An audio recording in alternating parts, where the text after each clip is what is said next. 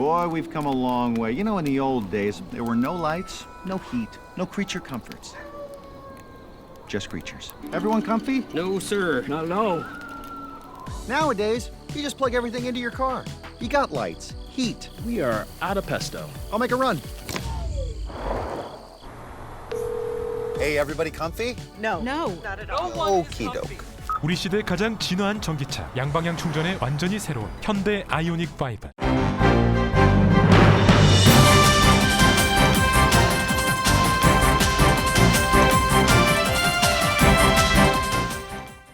항상 미소가 함께하는 시원한 7월을 보내시기 바랍니다. 라디오 서울이 함께합니다.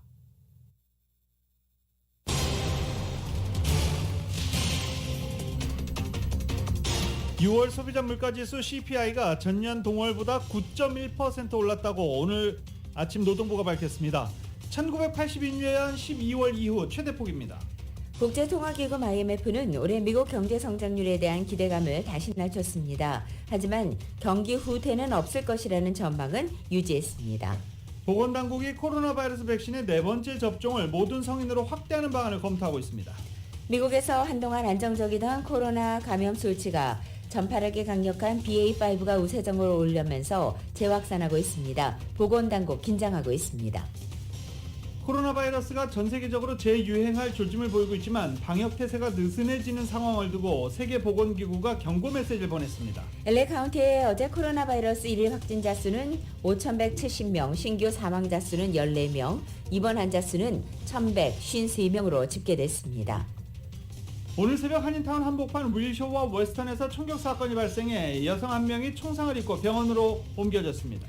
지난 5월 24일 텍사스주 유벨디 초등학교에서 발생한 총격 참사 당시 경찰의 무능한 대응을 보여주는 영상이 공개됐습니다. 희생자 가족과 주민들의 분노를 사고 있습니다. 국민 60%가 바이든 대통령과 트럼프 전 대통령이 차기 대선에는 출마하지 않아야 한다고 생각하는 것으로 조사됐습니다.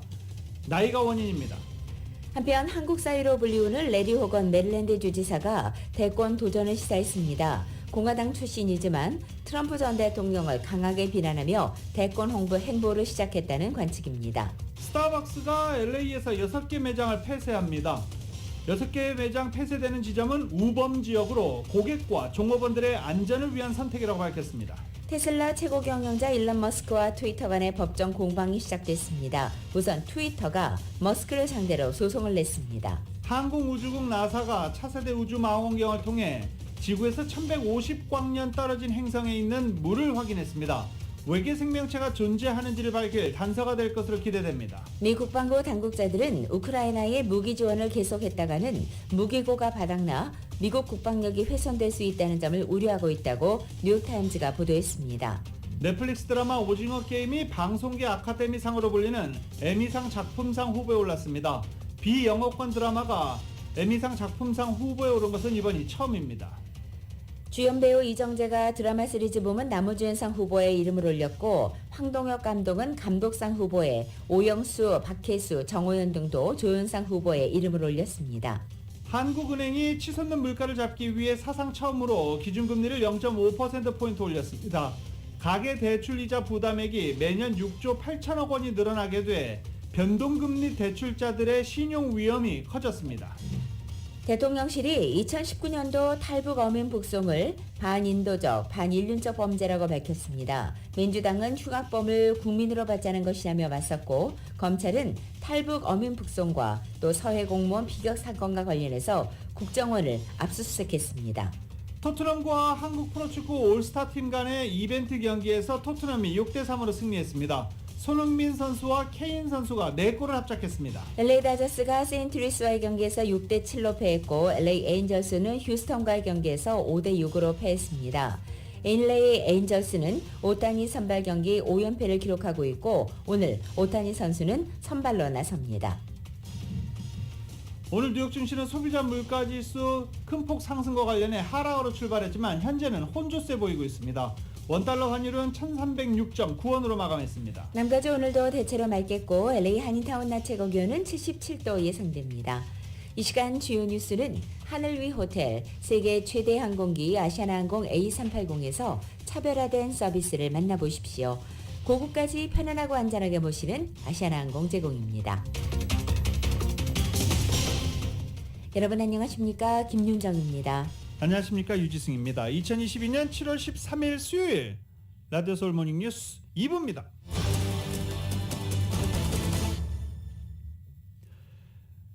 코로나 바이러스 관련 소식으로 2부 뉴스 문을 열어보겠습니다.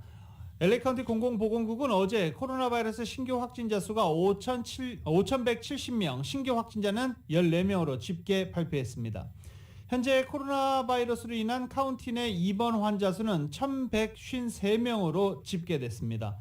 현재 이처럼 LA 카운티 코로나 바이러스 주요 수치들이 높은 수준을 유지하고 있어서 내일 연방질병통제예방센터가 규정하는 코로나 바이러스 위험도에 관심이 집중되고 있습니다.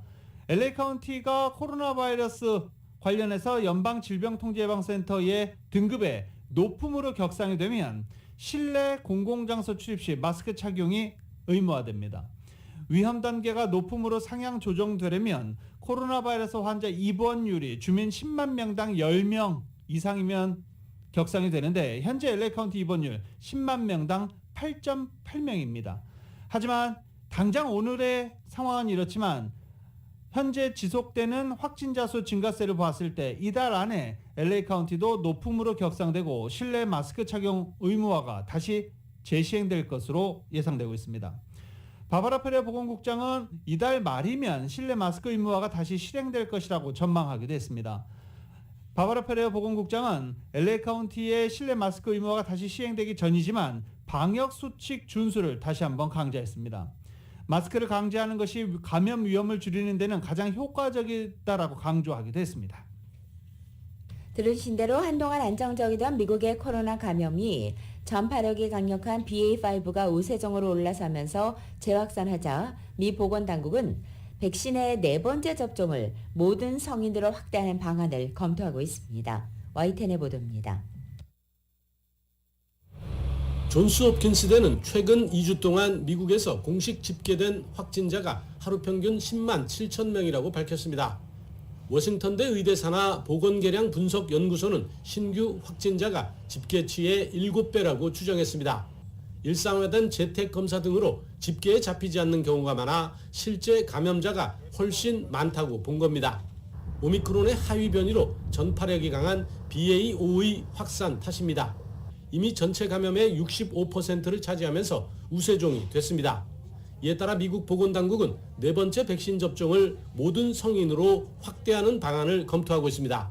I am very, very clear that these are decisions made by our regulatory agencies, the FDA and the CDC. And so I know that the FDA is considering this, looking at it, and I know CDC scientists are thinking about this and looking at the data as well. 미국 정부는 지난달 제약사에 기존 백신의 갱신을 요구했습니다. 그런 만큼 하위 변이에 특화된 백신은 빨라야 가을쯤 나올 수 있습니다. 보건당국은 새 백신이 나오기 전이라도 현재의 감염 추세를 완화하기 위해 당장 추가 접종을 해야 한다고 촉구하고 있습니다. The reason to get a booster now is to prevent infection now. There's a lot of infections now and an increasing number of hospitalizations now. Certainly those are hospitalizations, infections, severe disease that we want to prevent right now. 미국의 코로나19 입원 환자는 하루 평균 5,100명으로 지난 5월에 2배에 이르고 있습니다. 미국 보건당국은 3번째 접종을 마친 사람이 34%에 불과해 최근 확산과 입원 등을 막지 못하고 있다고 보고 있습니다.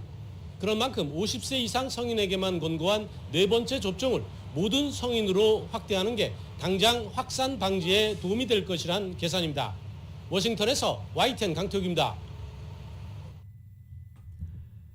코로나가 전 세계적으로 재유행할 조짐을 보이고 있지만 방역 태세가 느슨해지는 상황을 두고 세계보건기구 WHO가 경고 메시지를 보냈습니다. 코로나 유행 상황에 대처하기 위해 최고 수준의 공중보건 경계선언 팬데믹 상황을 2년 6개월 넘게 유지하는 이유를 설명하기도 했습니다. 코로나 접종률이 높은 백신 접종률이 높은 선진국을 중심으로 사회적 거리두기나 해외 입국자 격리 등 각종 방역 규제 수위를 낮추고 있지만 전파력이 강한 변이 바이러스로 인해 확진자와 사망자 규모가 눈에 띄게 늘고 있다는 것입니다. 테워드로스 WHO 사무총장은 코로나 바이러스 변이 바이러스인 오미크론의 하위 변이가 감염자 수를 증가시키고 추가 사망자를 내고 있다라고 설명하기도 했습니다. 테워드로스 사무총장은 새로운 바이러스 유입은 코로나 바이러스가 아직 끝나지 않았다는 점을 말해준다며 각국 정부는 마스크 착용과 환기, 거리 두기 등의 조치를 다시 도입할 것을 바란다고 강조했습니다. 한편 미국이 코로나 확산 첫 해에 환자에게 항생제를 과도하게 사용하는 바람에 항균제를 사용해도 치료되지 않는 슈퍼박테리아 감염이 증가한 것으로 나타났습니다. 질병통제예방센터 CDC가 어제 발표한 미국 항균제 내성에 미친 영향 특별 보고서에 따르면 2020년도 병원에서 항균제 내성균에 감염된 사례가 코로나 이전인 2019년 대비 15% 증가했습니다. 박테리아는 늘 진화하면서 항생제에 내성이 생기는 경우가 있고 항생제를 많이 쓰면 쓸수록 박테리아가 적응할 가능성은 커집니다. 코로나 확산 첫 해 다수 병원은 고열과 호흡곤란 같은 폐렴과 유사한 증상을 보인 환자들에게 일단 항생제를 처방했습니다. 2020년 3월부터 10월까지 코로나로 입원한 환자 거의 80%는 항생제를 처방받았습니다. 하지만 항생제는 박테리아를 잡을 뿐 코로나처럼 바이러스를 통해 감염되는 질병에는 효과가 없습니다. CDC는 박테리아나 진균 감염 여부를 모를 때 항생제 처방이 적절할 수도 있지만 이렇게 처방을 많이 하면 환자가 부작용이 생길 우려가 있고 항생제 내성균이 성장하며 확산될 경로까지 제공할 수 있다고 지적하고 있습니다. 노동부가 6월 소비자 물가 지수가 전년 동월보다 9.1% 올랐다고 밝혔습니다. 이는 1981년 12월 이후 최대폭이었던 8.6%보다 상승폭이 커진 것입니다. 또 월스트리트저널이 집계한 전문가 전망치 8.8%도 넘었습니다. 변동성이 큰 이 에너지, 식품을 제외한 근원 소비자 물가가 전년 동월보다 5.9%, 전월보다 각각 0.7% 오른 것으로 집계됐습니다. 국제통화기금 IMF가 올해 미국 경제 성장률에 대한 눈높이를 다시 낮췄습니다. 하지만 경기 후퇴를 겪지 않을 것이라는 전망은 계속 유지했습니다. IMF는 어제 미국과의 연례 협의를 마치고 발표한 성명에서 올해 미국의 실질 국내 총생산 GDP 성장률 전망치를 종전 2.9%에서 2.3%로 0.6%포인트 내렸습니다. 앞서 지난 4월 IMF는 미국 경제 성장률 전망치를 3.7로 제시했다가 지난달 2.9로 낮춘 데 이어서 한 달도 안 돼서 또 조정한 것입니다. 내년도 경제 성장률 전망치는 1.7%에서 1%로 0.7%포인트 깎았습니다.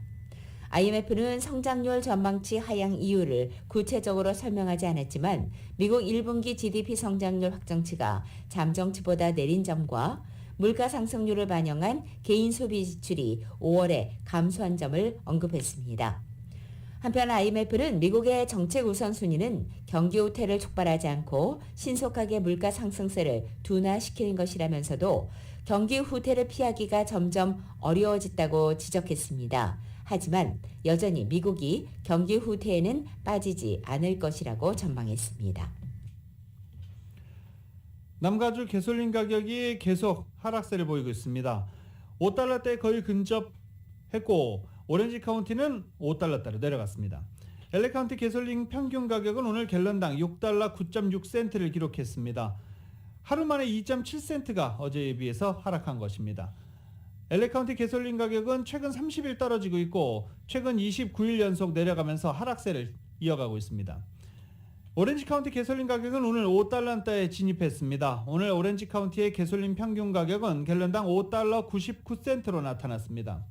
오렌지 카운티 개솔린 가격은 어제 가격에 비해서 하루 만에 4센트나 떨어지면서 최근 하락세가 이어지고 있습니다. LA 카운티도 곧 5달러대 진입할 것이라는 전망이 나오고 있습니다. 모닝뉴스 2부 미국 가로카 소식은 오픈뱅크가 고객들의 따뜻한 성원에 힘입어 세리토스 지점을 오픈했습니다. 큰 나눔 실천에 앞장서는 오픈뱅크 제공입니다.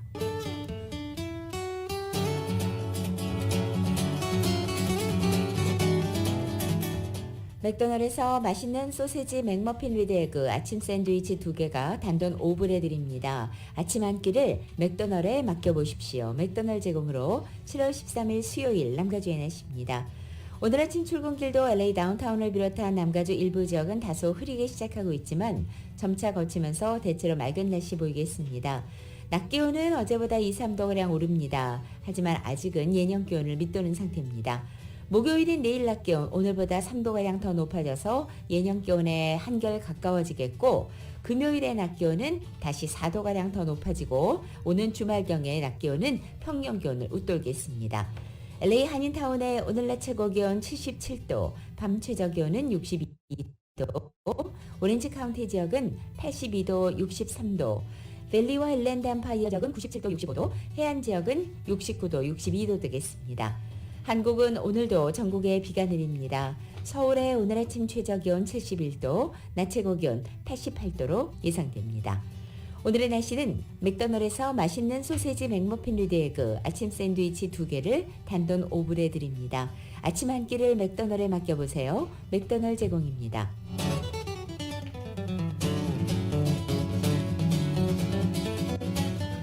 라디오 솔모닝 뉴스 2부 이 시간은 1250만 불 교통사고 최고 보상, 교통사고 전문 천재 변호사 리차드 호프만, 존경받는 기업 17년 연속 1위, 소비자 신뢰도 1위, 유한양행, 뉴 오리진의 미주 총판 셀리온, 총 20억 달러의 승소, 크고 작은 교통사고와 상해 브라이언 타펠라와 시질러, 메디케어 시니어를 위한 전문의 허가가 아주 빠른 한인 최고 최대의 서울 메디칼 그룹, 더 나은 세상을 만들어 보세요. 올뉴 기아 스포티지 터보 하이브리드, 소중한 고객의 꿈을 위해 고객과 함께하는 US 메트로은행 공동 제공입니다.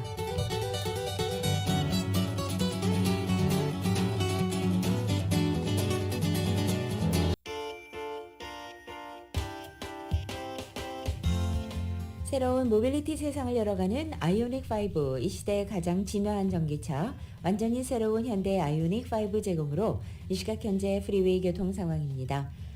5번 놀선상입니다. 말보아 블루바드와 만나는 지점 이종 추돌 사고 있습니다. 605 사우선상 텔레그라프 로드와 만나는 지점에도 이종 추돌 사고 있습니다. 참고하시고 안전운전하시기 바랍니다. 새로운 모빌리티 세상을 열어가는 아이오닉5, 이 시대의 가장 진화한 전기차, 완전히 새로운 현대 아이오닉5 제공으로 이 시각 현재 프리웨이 교통 상황이었습니다.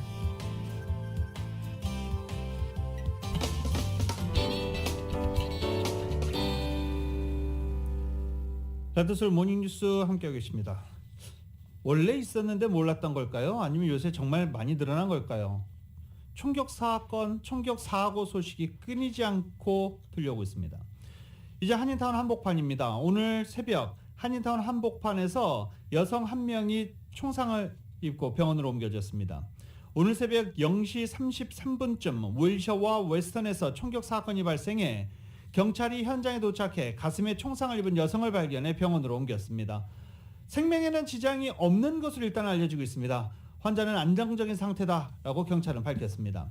이번 총격 사건에 대한 범행 동기를 비롯해 용의자에 대한 정보, 사건은 왜 일어났는지 아무것도 파악되지 않은 상태입니다. 경찰은 현재 계속 조사 중입니다. LA 남부 와츠 지역 한 차량 안에서 총에 맞아 숨진 남성이 발견됐습니다. LAPD에 따르면 오늘 새벽 1시 30분쯤 임페리얼 하이웨이와 센트럴 애비뉴 교차로에 위치한 한 주유소 부근에서 차량 한 남성이 여러 발의 총상을 입은 채 숨진 채 발견됐습니다. 경찰은 숨진 남성이 30대이며 아직 유가족에게 사망 소식을 통보하기 전으로 구체적인 신원을 밝힐 수 없다고 밝혔습니다. LAPD는 비슷한 시각 하버 UCLA 병원에 또 다른 총격 피해자가 도착했다는 신고를 받았고 두 사건이 서로 연관됐는지 여부는 아직 확실하지 않다고 덧붙였습니다. 용의자에 대한 정보도 알려지지 않고 있습니다.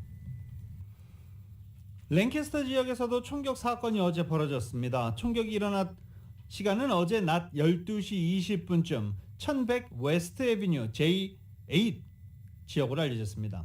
현장에서 2명이 쓰러져 있는 것을 발견했고 50대 중년 남성이 총상을 입고 쓰러져 있었고 그 옆에 70대 노인은 부상을 당한 상태였습니다. 50대 중년 남성은 현장에서 사망 판정을 받았습니다. 70대 노인은 생명에는 지장이 없는 상태로 병원에 현재 회복 중입니다. LA 카운티 셰리프국은 두 사람 사이에 다툼이 있었고 다툼이 격해지면서 총격전으로 발전했다라고 현재 파악하고 있는 중입니다. LA 카운티 셰리프국은 랭캐스터에서 벌어진 이 두 남성 간의 총격전과 관련해 주민들의 적극적인 제보를 당부했습니다. 이런 가운데 게빈 뉴섬 캘리포니아 주지사가 어제 3개의 총기 규제 법안에 서명했습니다. 게빈 뉴섬 주지사가 서명한 하원 법안 AB 1594는 로컬 정부와 주 법무부가 총기 폭력 생존자들이 총기 판매와 마케팅 규정을 위반한 혐의에 대해 고소할 수 있도록 허용하는 내용을 골자로 하고 있습니다.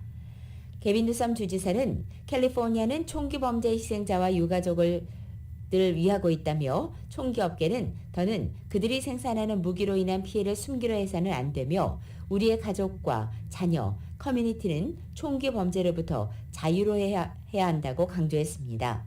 새로운 법은 내년도 7월 1일에 발효됩니다. 뉴섬 주지사가 서명한 나머지 2개 법안은 미성년자 대상의 총기 광고를 제한하고 총기 추적 고유 번호가 없는 고스트건 규제 강화 내용도 담고 있습니다. 이들 법안은 지난달 30일 서명과 함께 즉시 발효됐습니다. 지난 5월 텍사스주 유베일드 초등학교에서 발생한 총격 참사로 학생 19명과 교사 2명이 숨지는 참사가 있었습니다. 당시 경찰의 무능한 대응을 보여주는 영상이 공개되면서 희생자 가족과 주민들의 분노를 사고 있습니다. YTN입니다.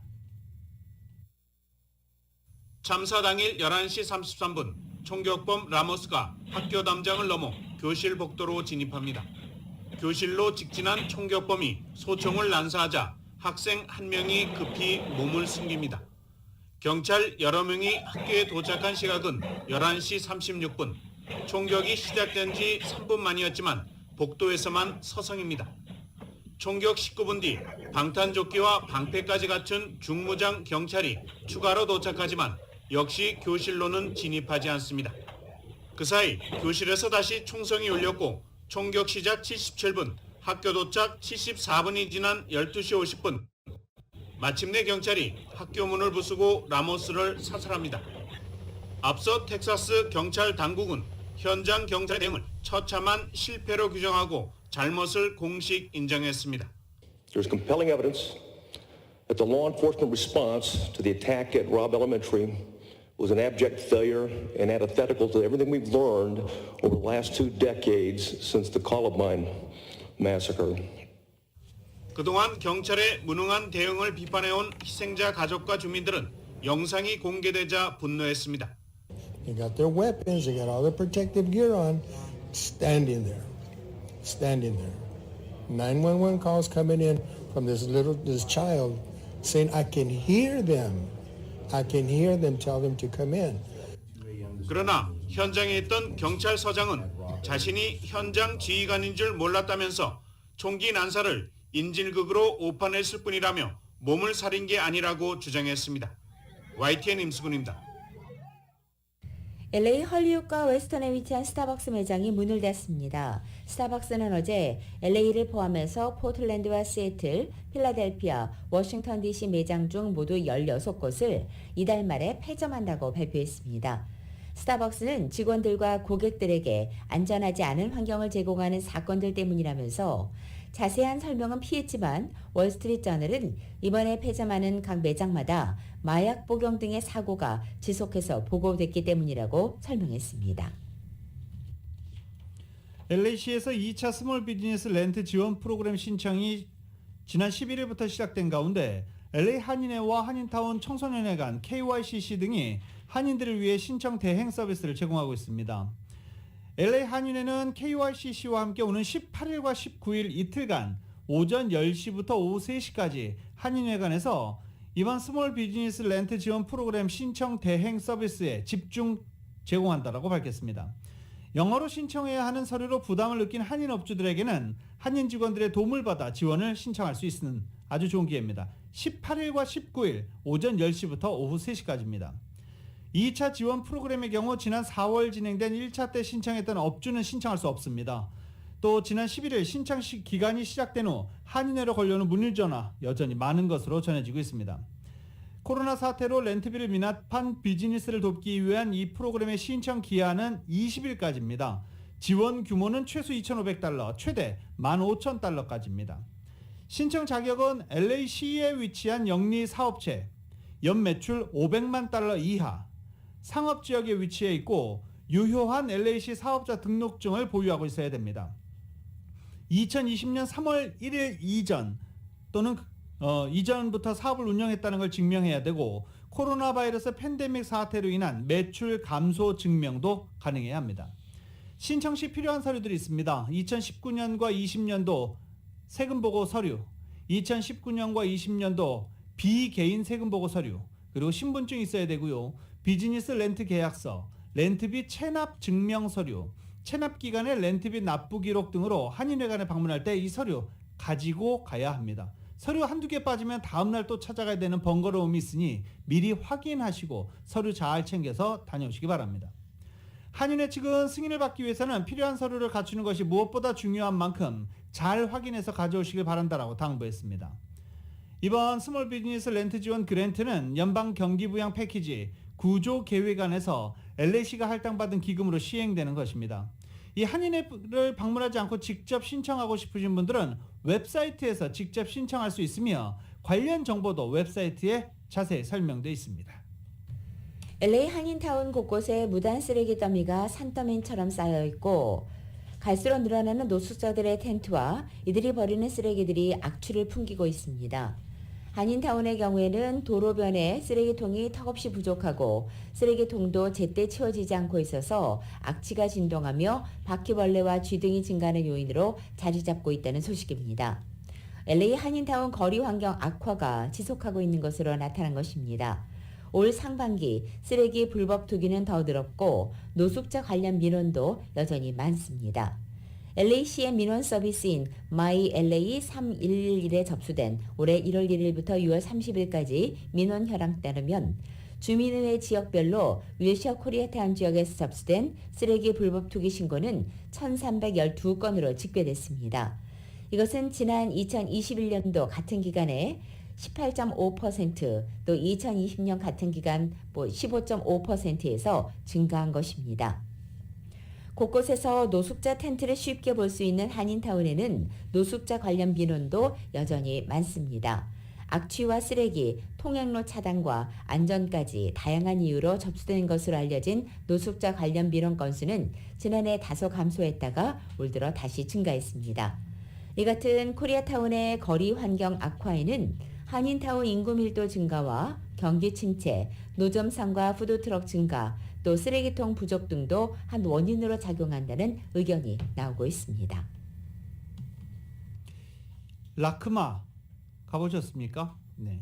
LA 관광객들이 찾는 명소가 돼버렸죠. 라크마가 이 리모델링을 계속 거치면서 어반 라이트, 이 가로등을 모아서 만들어 놓은 그 전시 형태의 라이트들이 모이면서 관광객들이 꼭 들러서 사진 찍는 LA의 관광객이 찾는 명소 중에 하나가 됐습니다. 7억 5천만 달러가 또 투입돼서 라크마가 신축 프로젝트를 추가 확장 공사에 나서고 있습니다. 이 확장 공사는 2024년 완공을 향해 지금 진행 중입니다. 지금 라크마 인근에 가면 크레인 타워, 큰 크레인 타워 5대가 동원돼서 한참 공사가 진행 중이죠. 스위스의 건축가 피터 줌터의 독특한 설계로 미라클 마일 윌셔가 지형을 변화시킬 것으로 현재 기대가 모아지고 있습니다.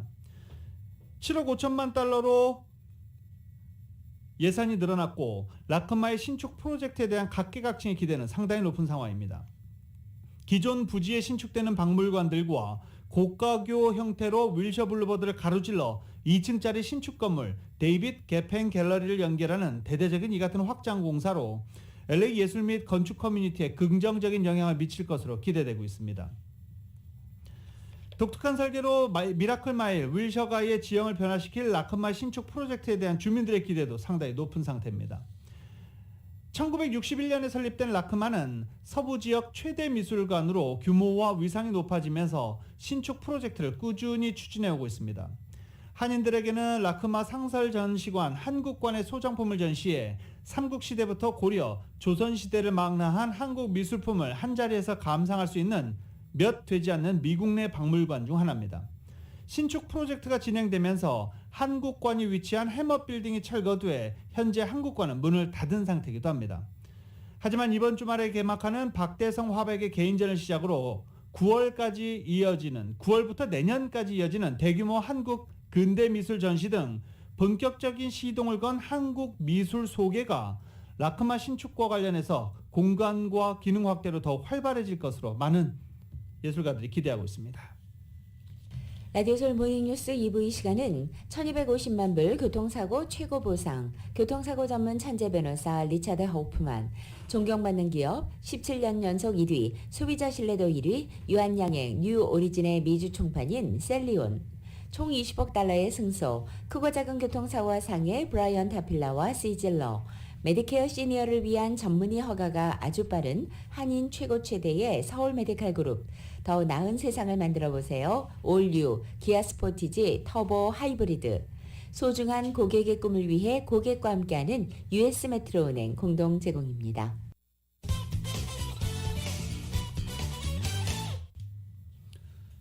라디오솔 모닝뉴스 함께하고 계십니다. 바이든 대통령이 이스라엘에 도착해 중동 방문 일정을 시작했습니다. 바이든 대통령은 전용기 에어포스원을 타고 수도 텔아비브 벤구리온 국제공항에 도착했습니다. 라피드 임시총리가 바이든 대통령 일행을 맡기도 했습니다.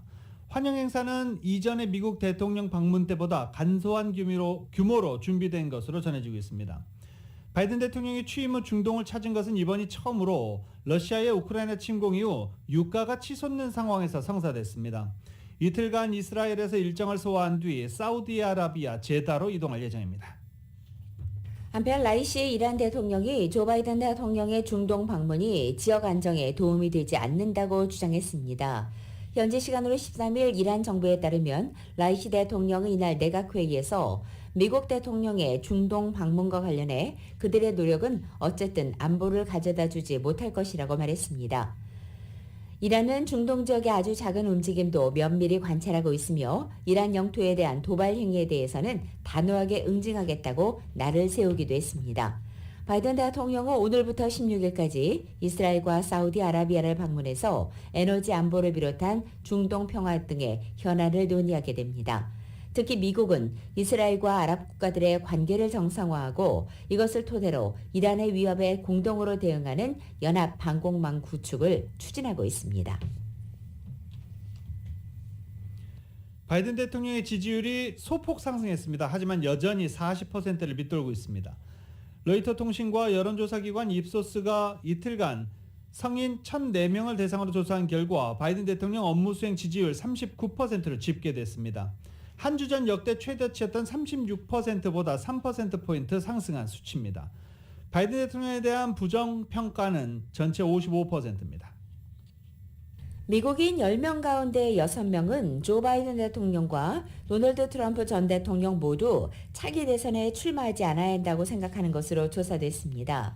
이런 가운데 이른바 한국 사위로 불리는 레리 호건 메릴랜드 주지사가 대권 도전을 시사했습니다. YTN입니다. 바이든 대통령과 트럼프 전 대통령의 차기 대선 출마에 미국민 60% 이상이 거부감을 갖고 있는 것으로 나타났습니다. 바이든 대통령의 경우 응답자의 46%가 절대 출마해서는 안 된다고 말했고 출마하지 않는 게 낫다고 답한 사람은 18%로 나타났습니다. 64%가 차기 대선 출마에 거부감을 보였습니다. 트럼프 대통령은 절대 출마해서는 안 된다가 48%, 출마하지 않는 게 낫다는 13%로 응답자의 61%가 거부감을 나타냈습니다.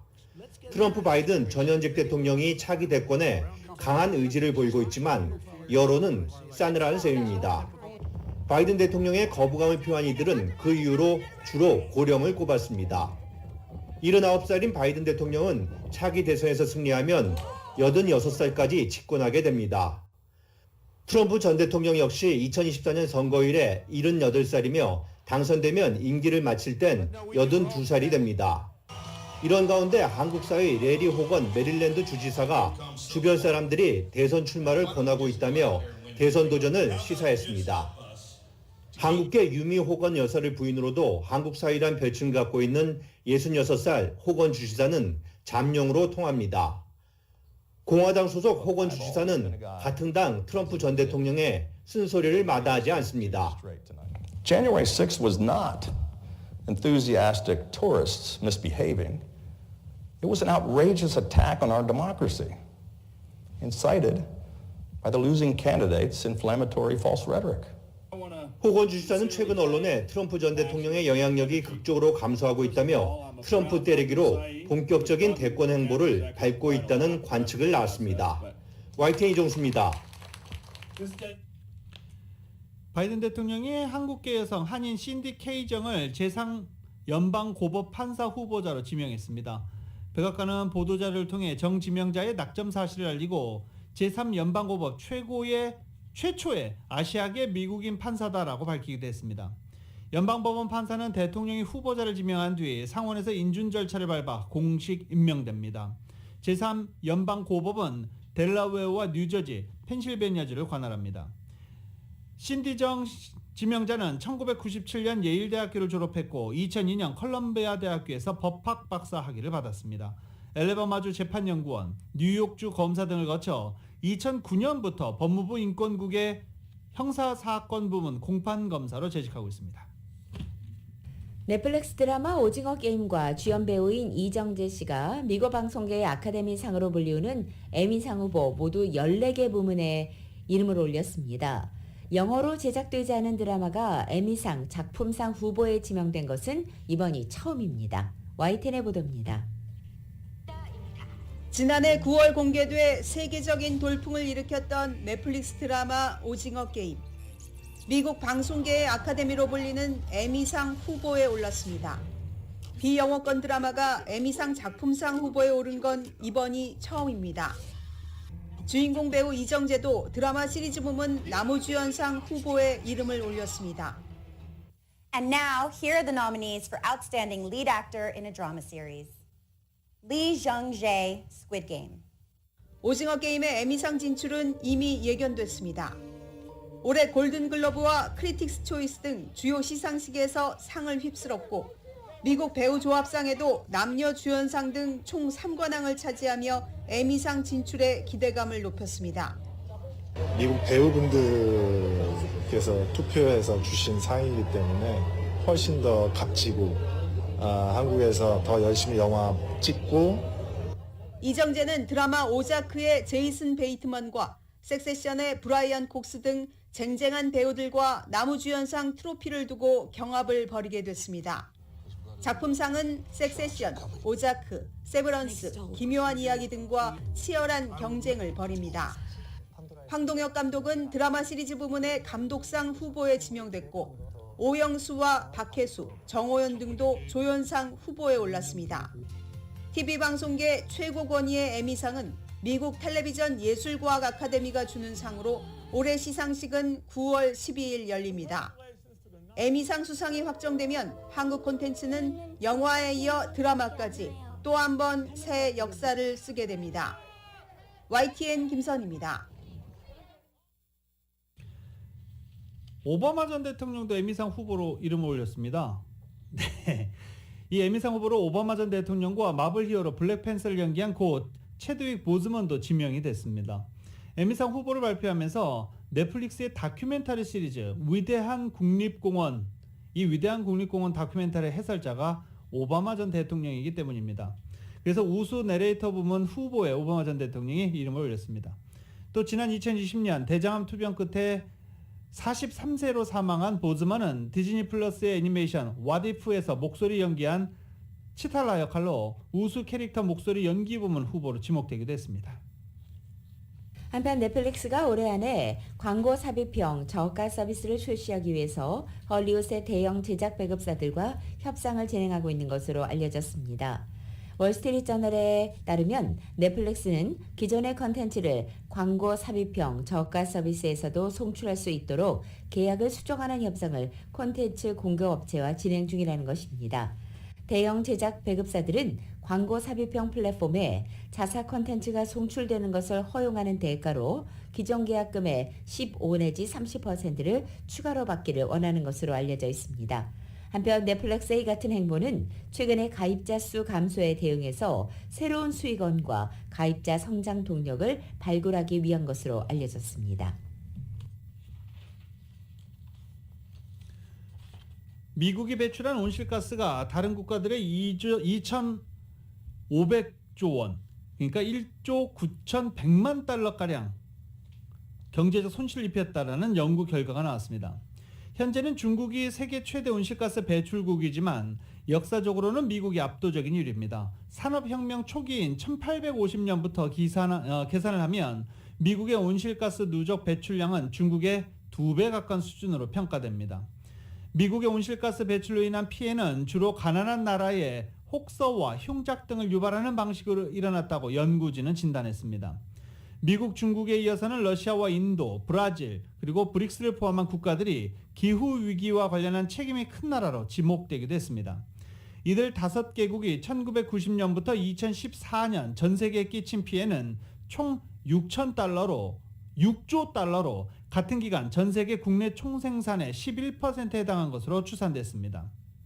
이번 연구는 온실가스 배출에 따른 기후변화가 부유한 나라와 가난한 나라에 서로 다른 영향을 미친다는 점을 지적했습니다. 라디오솔 모닝뉴스 스포츠 소식입니다. 스포츠 소식은 전문가가 추천하는 이민법과 가정법 전문 재인정 종합법률사무소 제공입니다. 손흥민 선수의 토트넘과 한국 프로축구 올스타 팀들이 경기를 가졌죠. 결과는 어땠을까요? YTN입니다. 토트넘의 프리시즌 첫 경기부터 골잔치가 열렸습니다. 수비수 다이어가 공격에 가담하더니 벼락같은 왼발 슛으로 선제골을 터뜨립니다. 팀 K리그도 반격합니다. 벤투호의 공격수 조규성은 팔로세비치의 크로스를 머리로 받아넣으며 동점골을 터뜨립니다. 수비수도 골키퍼도 막을 수 없는 완벽한 골이었습니다. 해리케인은 후반에 들어가자마자 날카로운 크로스로 상대 자책골을 유도합니다. 팀 K리그는 양현준의 크로스에 이은 라스의 논스톱 슈팅으로 다시 2대2 동점을 만듭니다. 그러나 2분 뒤 해리케인은 다시 한번 왼발 중거리 슛으로 토트넘의 스트라이커다운 득점력을 과시합니다. 역시 후반에 교체로 들어간 손흥민 선수는 후반 23분 케인의 양보로 페널티킥을 성공시키며 팬들의 박수를 받습니다. 페널티킥에 빌미가 된 파울을 범한 아마노는 프리킥 골을 성공시키며 실수를 만회합니다. 후반 30분에는 송케의 듀오가 골을 합작합니다. 손흥민이 얻어낸 프리킥을 해리케인이 수비벽을 뚫고 골망을 흔듭니다. 손흥민은 후반 40분 상대 수비 실수를 놓치지 않고 한 골을 더 추가하며 6대3으로 경기를 끝냅니다. 토트넘에서는 사실 2022년 7월 13일 수요일에 전해드린 라디오솔 모닝뉴스에서 마치겠습니다. 지금까지 진행의 유지승, 김윤정이었습니다. 라디오솔 모닝뉴스 2부 이 시간은 1250만 불, 교통사고 최고 보상, 교통사고 전문 천재 변호사 리차드 호프만, 존경받는 기업 17년 연속 1위, 소비자 신뢰도 1위, 유한양행 뉴 오리진의 미주 총판 셀리온, 총 20억 달러의 승소, 크고 작은 교통사고와 상해 브라이언 타필라와 시젤러, 메디케어 시니어를 위한 전문의 허가가 아주 빠른 한인 최고 최대의 서울 메디칼 그룹, 더 나은 세상을 만들어 보세요. 올뉴 기아 스포티지 터보 하이브리드, 소중한 고객의 꿈을 위해 고객과 함께하는 US 메트로은행 공동 제공이었습니다. 잠시 후 9시에는 강희신의 오늘의 미국이 방송됩니다. 함께해 주신 여러분 고맙습니다.